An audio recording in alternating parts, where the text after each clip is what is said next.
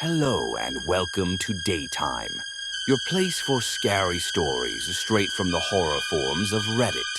Make sure to like and subscribe for more horror tales of things that go bumping the night. On tonight's episode, an evolutionary biologist gets a job at sea that turns deadly very quickly.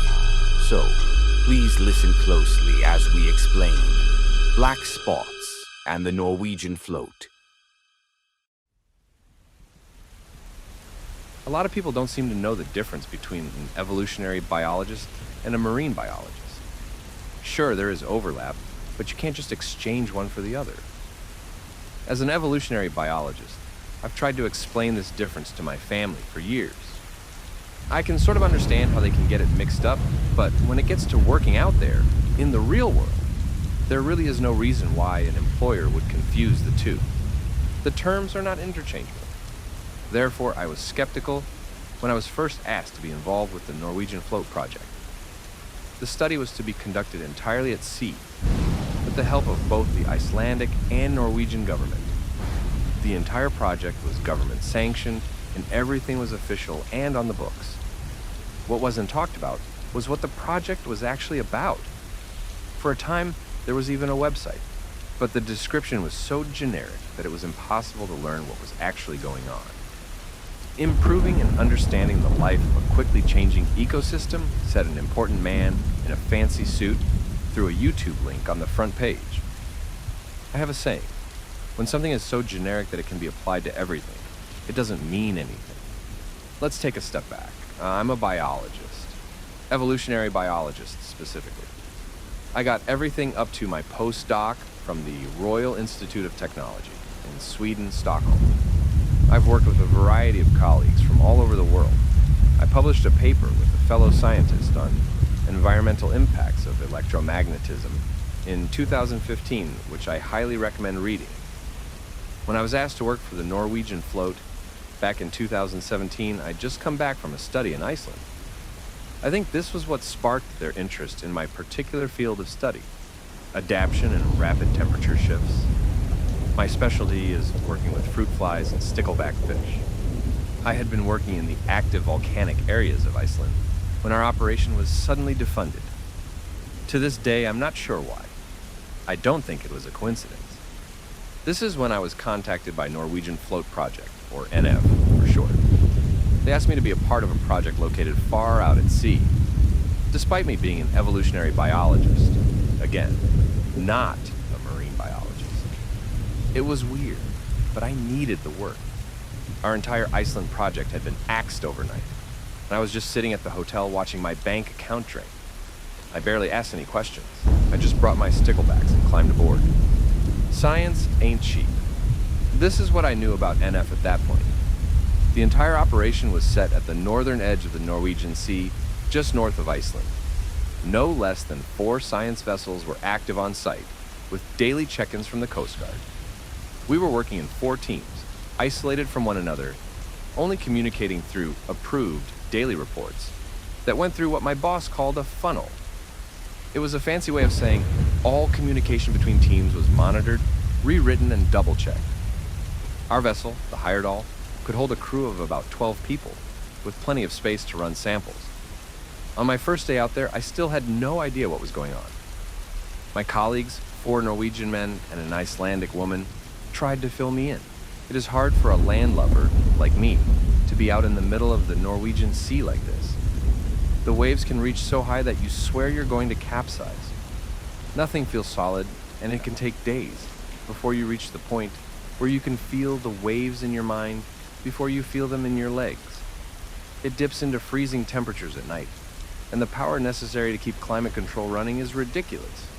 I can't imagine someone willingly staying out there for a prolonged period. And yet, I signed up for 4 weeks. That was what was stated in my initial contract. We were assigned to work in pairs. I worked with the Icelandic woman, Selma. She was an actual marine biologist, and was just as surprised to see me there as I was. She had little to no idea what was going either. We had our first mission briefing 36 hours after first stepping foot on the Saturdead. We were sitting in this small cafeteria-sized room. Everything there is metal. and if the ship rocks too much, it all starts screeching. A man I'd never seen before had set up a projector, and our crew sat down to listen. Everyone was wearing thick jackets, caps, and gloves, but most of us were still shuddering. The man with the projector wasn't. "Do you know the term island biome?" was the first thing he asked us. Most of us nodded. An island biome is the term for an ecologic system that has been largely separated from other systems for a long period of time. Kind of like the Galapagos Islands, Darwin's finches. We've found an island biome, and we need to study it. We need experts from a wide range of areas, so I imagine things will be a bit confusing as we start. Don't be afraid to air your concerns, but please be aware that we are just as confused as you are. He fired up the projector. The image made it clear. They'd found something over 13,000 feet into the sea. A few weeks earlier, there had been a tectonic shift. The NF project had been a standby government task force between the Norwegian and Icelandic government for years, just in case they needed to put together a team at short notice. They had been expecting something like this to happen eventually. Shortly after the shift, they noticed areas of the ocean being discolored black through satellite imagery, looking for new land masses. Shortly afterwards, they found an isolated pocket far beneath the ocean surface. This pocket of the ocean, at about 14,000 feet, has been isolated for millions of years. Now it was released into the ocean. An isolated island biome is suddenly introduced to the Norwegian Sea. The reason for the ocean to turn black in the area was nothing short of microbes. Imagine the number of microbes necessary to color the ocean for several square miles. We were shown a series of images. Thick slabs of goo, almost like oil, slapping against the hull of the Saturdead. The man with the projector told us we would be allowed to study this in person, and that samples were already being provided. Further samples would be gathered at the request of the team. The implications of this were unfathomable. What kind of life forms have evolved to survive at those crushing depths? I'm not gonna lie, I was excited to get started. So were my colleagues. We were issued some standard safety equipment and briefed on basic protocols. The project was fairly secret as to avoid potentially damaging traffic. We had to surrender our personal cell phones to two men armed with pistols. That first night, we were given some initial samples.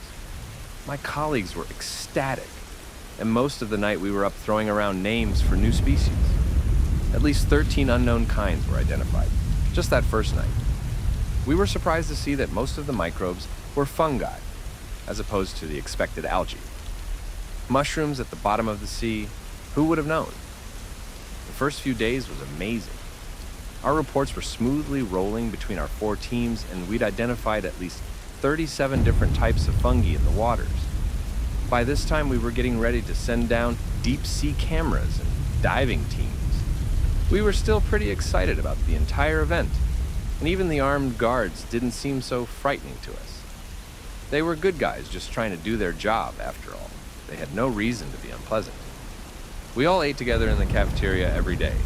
Lots of salted fish and crisp bread, as per Scandinavian tradition. My favorite guard, Hellman, made amazing mayonnaise and tuna sandwiches for us. At the end of the first week, we were getting some strange reports. Most of the fungus we'd been testing had a mineral in common that we were unable to identify. We tried to extract it, and in a few days, we had 3 grams of a completely unknown metal sitting in our lab. Our boss was beyond excited. The third team had a geologist who was unable to even take a guess at what kind of metal we were looking at. It was almost like a crystalline structure, but more similar to lead. We were promised an expert would look into it in a couple of days. We still had our heads spinning with daily discoveries. We even discovered larger life forms like fish. Still, they were smaller than the nail on your pinky finger, but they were actual complex life forms, completely black, pellet-shaped, and eyeless. These fish, just as the fungus, had large traces of the unknown metal embedded in their scales. Our superiors gave it the name of blameless metal, feilfree in Norwegian, claiming with a shrug that it was as good a name as any. After all, it wasn't the metal's fault that it had surfaced. It was blameless, see? We found it kind of funny. You have to remember, we thought we were standing at the edge of the discovery of a century. We had a pretty bright headspace at the time. After 2 weeks, we were all pretty used to working on the higher doll. We all knew each other by name, and we had strict routines that we followed. The expert had arrived and was working with Team 2, but initial tests were inconclusive. The only thing we knew for sure was that the blameless was a previously undiscovered kind of metal that most of the life forms had evolved to gain nourishment from. Selma and I were working on testing the effects of the fungus environment on my spickleback fish. The other teams were using divers to gain less pressure-damaged samples.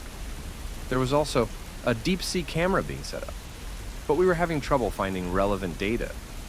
Every day, the microbes were diluted, and the massive amounts of moving water would start to drift us further and further away from the point of origin.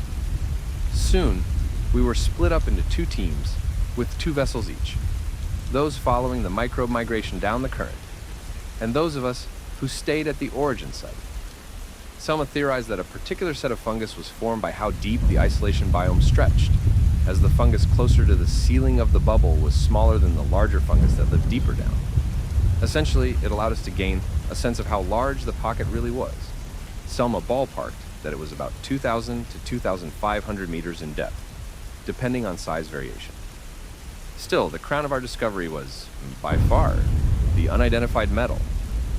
At the start of my 4th week, I started to see a troubling change in my spicklebacks. I noticed there were fewer of them, and that the water was growing darker despite having a functioning filter. Their behavior changed. They would start swimming in circular patterns around one of the larger females, who would eat them alive.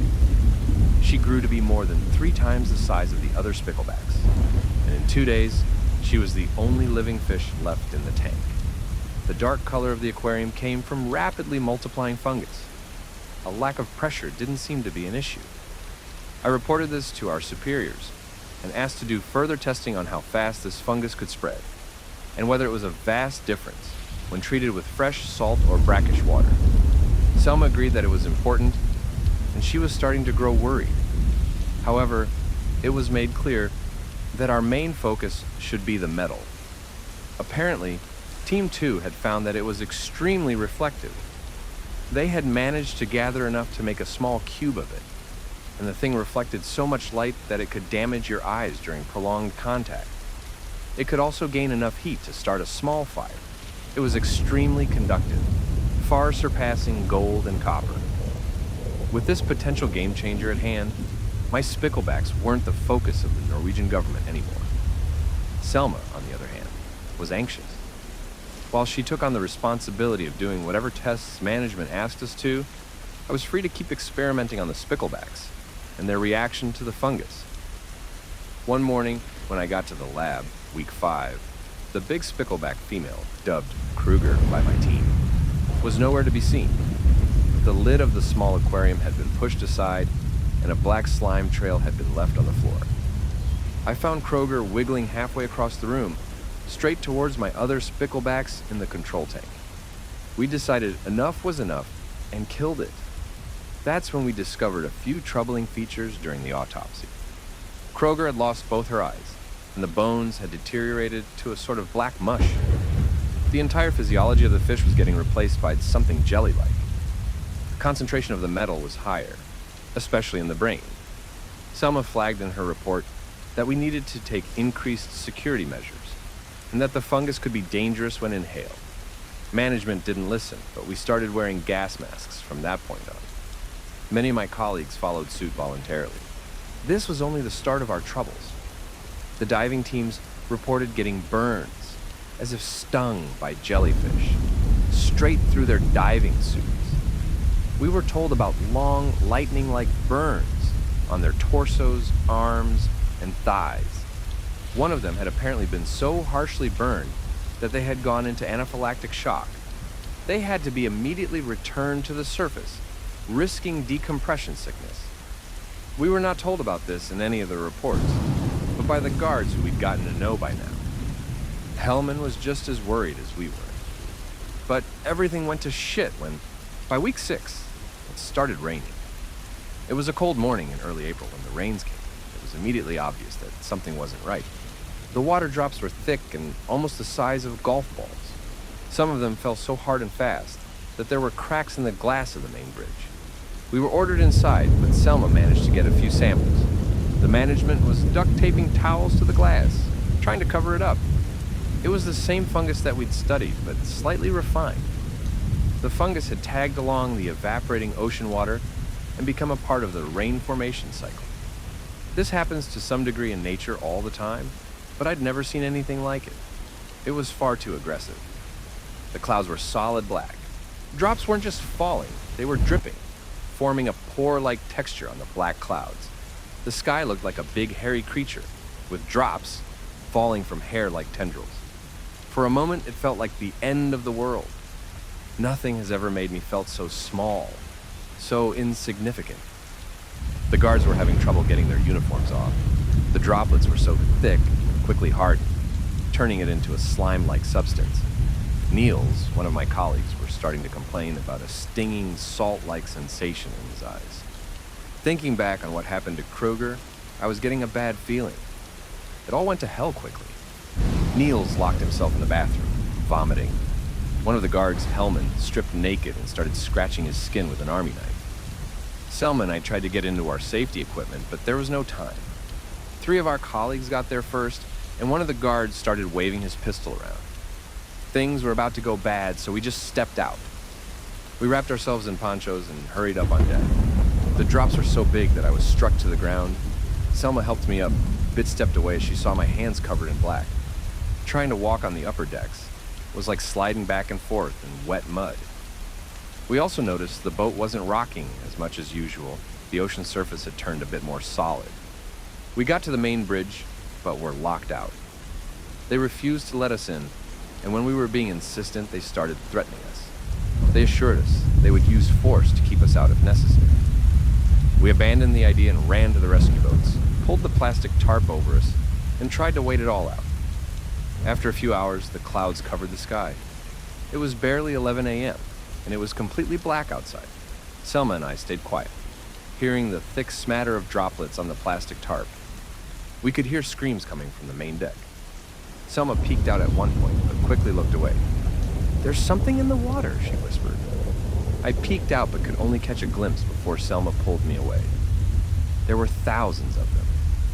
Endless fairy lights, just beneath the mucus surface of the ocean. I'm sure it was the reflective metal reacting to our warning lights, bouncing off of thousands of life forms. By 1 p.m., we heard gunshots. We hid under the tarp, but could hear the scene playing out. Someone was running out on the main deck, followed by at least 6 other people. While Selma was looking away, I peeked out. I could see Hellman standing at the front of the main deck. He was naked and bleeding, holding a gun out towards 5 of our colleagues. In the front was Niels, his face turned completely black. I couldn't see his eyes. "Stay back!" Hellman screamed. "Get back inside!" They didn't stay back. Instead, they reached for him, groaning. "Kill me!" they begged. "Eat me!" As they grabbed Hellman, he started firing blindly. I covered my head and ears, just waiting for it all to be over. For at least half an hour, there were guttural screams, people begging, pleading, screaming for Hellman to kill them and eat them. People crying, screaming, and trying to force themselves into his mouth. What worries me is what I heard at the end, before things went quiet. They were no longer begging and crying. They were thanking him. Then, nothing. A few hours passed. We could hear helicopters, and the drops stopped falling on our tarp. You have no idea how loud a helicopter really is until you're standing right below one. They're deafening. Selma and I were given blindfolds and carried out to a nearby Coast Guard boat. People were screaming in Icelandic, but I could barely hear it over the helicopters. As we were getting further and further away from the site, I slowly realized that Selma and I had been separated. I'd had my blindfold on for close to 8 hours when I was pushed into a decontamination room. My clothes were cut off with scissors, and I was sprayed with freezing water and antiseptics. I could have sworn it was pure chlorine. They shaved my head, they took blood tests, and I was forced to blow through some kind of a tube, like a sobriety test. They also tapped my teeth with some sort of tiny hammer. I was in quarantine for a week. It wasn't bad, just a small room and no human contact. No internet, but pretty much anything I could ask for otherwise. I spent that week reading and writing down my thoughts. Pretty much everything I wrote down was confiscated by the end of the week, and I was forced to sign an agreement not to talk about it. I'm thinking, to hell with it. What the hell is Iceland going to do about it? I've been completely disconnected from the Norwegian float project since, but it is still up and running. I've read reports about black spots appearing along the ocean current, and I suspect the fungus is migrating. The northern coast of Iceland was briefly evacuated following the resurgence of one of these black spots, but they claimed it was for seismologic reasons. Bullshit. Didn't see any papers mentioning the apparent mass suicide. That's why I'm on Reddit. This is where I get the real information. I've seen videos of people freaking out the same way the crew of the Heyerdahl did, begging to be killed and eaten. This seems to be a recurring pattern, and I've seen it triggered in all manner of strange ways. The weirdest thing I've seen was some sort of video game triggering the same effect in people. Also, one of my old colleagues seems to have worked on something that seems eerily familiar to the blameless metal we found. Small world, isn't it? It's the same person I worked on my article about electromagnetism back in 2015. I think the NF project has tried to contain this thing. There was a period when there were barely any black spots at all during most of 2018 to 2019. But all of a sudden, they just started popping up out of nowhere. They're still out there. You can find them on Google Maps even. See for yourself. The biggest I've seen is at 54.7167347723166 minus 22.2749 413-313-1312. It wasn't just Brexit that screwed with commercial fishing in the UK. Let's leave it at that. It started off the coast of Norway and Iceland, but there are black spots appearing as far away as Ireland and the UK. By my predictions and following the migration patterns, the next few spots will start to appear outside the coast of Newfoundland and the Gulf of St. Lawrence in late 2021. Just as an example, I'll show you a satellite image I found from last September. Please keep in mind that this was just south of the coast of Greenland. It is not far away from the US mainland by now. Image. I don't even want to think about what the Kroger human will look like. But from my calculations, it could be a monstrosity as tall as 20 feet. That's just a rough estimate based on the little time I had to study these things. Look for the black spots. Look for the symptoms. They make you beg and squirm. They make you want to be eaten.